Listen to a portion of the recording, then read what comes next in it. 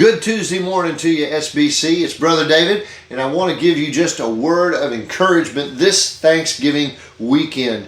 As we come towards this beautiful holiday, I hope that you have a wonderful time with your family. I pray that the table, no matter whether it's full or sparse, is filled with joy as you gather around it and give thanks to God for the bounty that He has blessed you with. And I also want to give you a word of encouragement.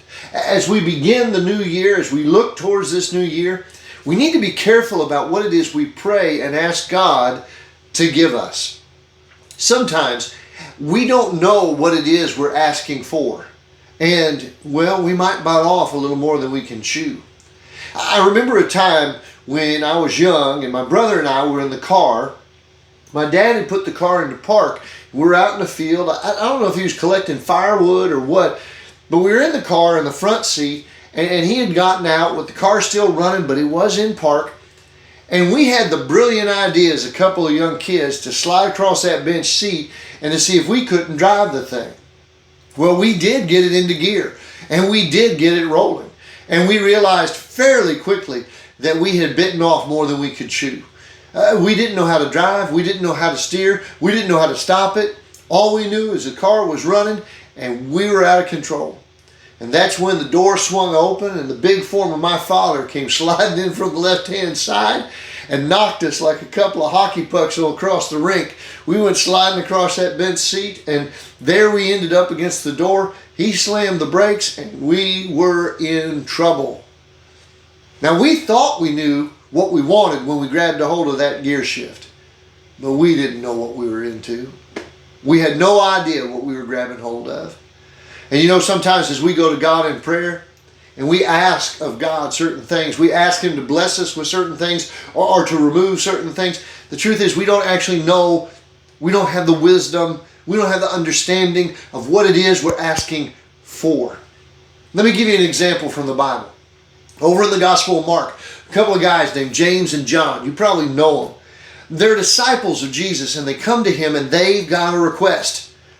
It says, "Then James and John," Mark chapter 10, "sons of Zebedee, came to Him. 'Teacher,' they said, 'we want you to do for us whatever we ask.'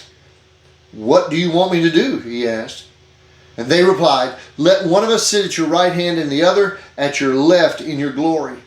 'You don't know what you are asking,' Jesus said.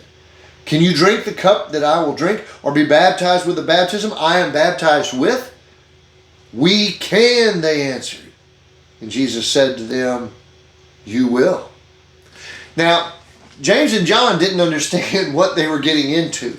They had no idea what He was discussing when He said, "Drink that cup," or be baptized with that baptism. The concept of His suffering and His death, that was the furthest thing from their mind. But they were absolutely convinced they could do it.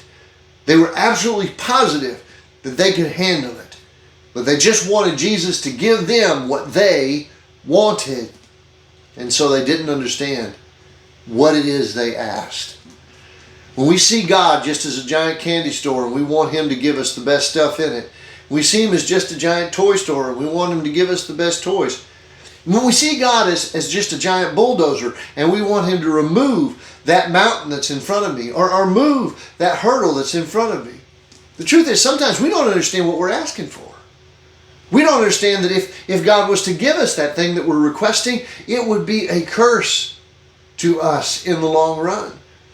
That if He removed that mountain that we're climbing, that it would actually weaken our spiritual condition. We need to have an understanding that our God is capable of knowing what's best for us. So when we pray, when we're not sure what to pray, trust that God knows what it is we need. Make it a great week, SBC. Have a fantastic Thanksgiving, and I'll look forward to catching up with you again real soon, right here at Second Baptist Church.